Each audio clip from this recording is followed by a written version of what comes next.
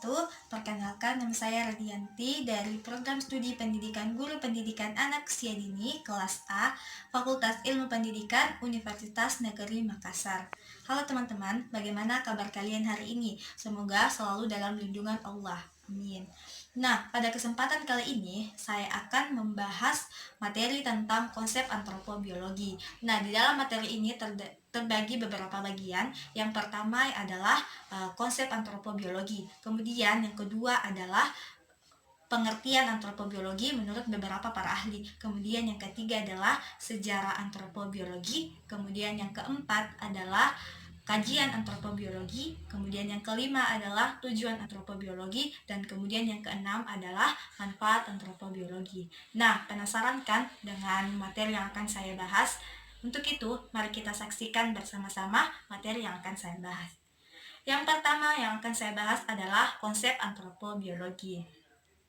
Istilah antropobiologi saat ini belum banyak dikenal dalam dunia pengetahuan, disebabkan karena belum adanya bidang studi yang secara spesifik membahas tentang antropobiologi. Dalam ilmu pengetahuan, kajian tentang manusia hanyalah dikenal dengan kata antropologi dan sosiologi. Nah, secara sederhana, antropologi ini mengandung dua makna. Yang pertama adalah makna antropologi. Antropologi ini adalah ilmu yang membahas tentang manusia sebagai objek. Nah, berbagai aspek yang dikaji meliputi perilaku budaya, perbedaan budaya, keanekaragaman, ras, tradisi, suku bangsa dan etnis yang tidak dapat terpisahkan dalam perkembangan manusia. Kemudian yang kedua adalah biologi. Biologi adalah ilmu yang membahas tentang kehidupan dan organisme hidup, termasuk struktur, fungsi, evolusi, genetika, dan taksonomi sebagai manusia makhluk hidup, sebagai manusia makhluk hidup. Nah, setelah kita mengetahui istilah tentang antropobiologi, selanjutnya kita akan mengetahui tentang pengertian antropobiologi menurut beberapa para ahli. Yang pertama adalah menurut Popper, menyebutnya sebagai dasar biologis yang membentuk perilaku manusia, termasuk dalam hal evolusi, paleontropologi, psikologi, dan sosiologi dalam usaha untuk mengenal sifat-sifat manusia. Selain itu, struktur otak dan cara manusia bereproduksi. Kemudian yang kedua adalah menurut Haviland, menyebutnya sebagai istilah fisikal antropologi atau antropologi fisik, juga sebagai biological antropobiologi atau bioantropologi, merupakan studi yang membahas tentang manusia sebagai organisme biologis. Ketiga adalah menurut Rice and Molyneux, menyebutnya bioantropologi adalah ilmu pengetahuan tentang metode, paradigma, dan teknik tentang manusia pada masa lalu melalui perubahan waktu yang terjadi.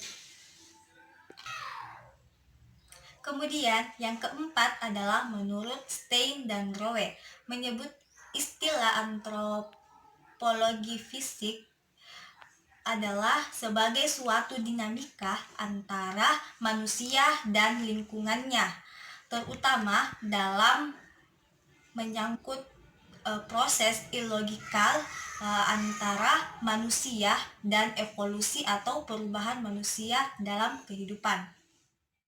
Nah, setelah kalian tahu beberapa pengertian tentang antropobiologi, selanjutnya kita akan mengulas tentang sejarah antropobiologi. Nah, penasaran kan? Jangan lupa simak videonya.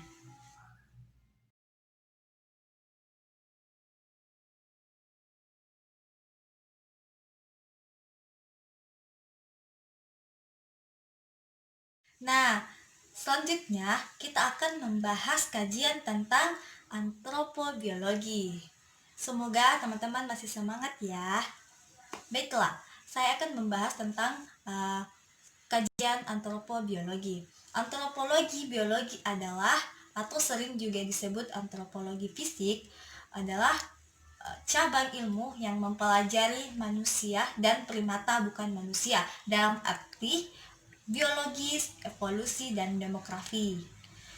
Ada beberapa cabang ilmu antropologi. Yang pertama adalah paleoantropologi, kemudian yang kedua adalah somatologi, ketiga bioarkeologi, keempat adalah ekologi, dan kelima adalah paleopatologi, dan yang keenam adalah antropometri, dan yang ketujuh adalah osteologi, dan yang kedelapan adalah primatologi, dan yang kesembilan adalah antropologi forensik, dan yang kesepuluh adalah antropologi molekuler. Setelah kita mengetahui kajian antropobiologi, selanjutnya kita akan membahas mengenai tujuan yang akan kita dapatkan setelah mempelajari antropobiologi. Tujuan yang pertama adalah mengkaji konsep, sejarah, objektif, kajian mengenai antropologi dan antropobiologi. Yang kedua adalah kita mengetahui seluk-beluk antropologi dan antropobiologi. Ketiga, menguraikan tentang konsep manusia, ciri-ciri fisik dan biologis, serta psikologis manusia. Keempat, menguraikan tentang pertumbuhan dan perkembangan manusia. Yang kelima adalah membahas tentang konsep sel dalam membentuk suatu organ yang ada di dalam tubuh manusia.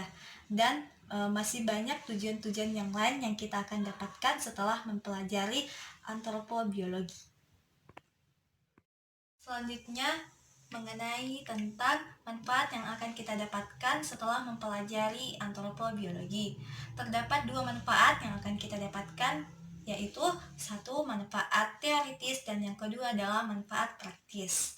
Saya akan membahas tentang manfaat praktis. Yang pertama, manfaat yang akan kita dapatkan adalah menambah hasannya ilmu pengetahuan tentang antropobiologi. Kedua, sebagai referensi untuk menambah atau memperkaya wawasan dan keilmuan kita dalam bidang pengetahuan antropologi dan biologi. Kemudian yang ketiga, sebagai sarana dan masukan bagi penulis dalam melakukan pengembangan ilmu dan pengetahuan yang berkaitan dengan kehidupan anak usia dini, khususnya yang berkaitan dengan aspek biologis dan perilaku budaya. Kemudian yang kedua adalah manfaat praktis.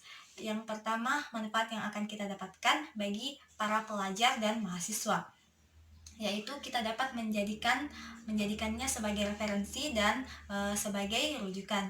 Kemudian yang kedua, manfaat bagi peneliti dan penggiat kajian antropobiologi dapat dijadikan sebagai dasar pengembangan ilmu, terutama pada kajian yang masih dalam perbaikan. Kemudian yang ketiga, manfaat bagi akademisi atau bagi guru dan dosen, dapat menjadikan satu warna untuk melakukan kajian antropobiologi. Itulah beberapa materi yang saya tadi bahas mengenai konsep antropobiologi. Semoga memuaskan, dan apabila ada salah-salah kata itu datangnya dari saya, dan apabila ada kebenaran itu datangnya dari Allah Subhanahu wa taala. Mohon maaf apabila ada kata-kata yang menyinggung atau yang tidak mengenakan, mohon dimaafkan. Saya hanyalah manusia biasa. Nun wal qalam wa ma yasturun. Summa assalamualaikum warahmatullahi wabarakatuh. Terima kasih.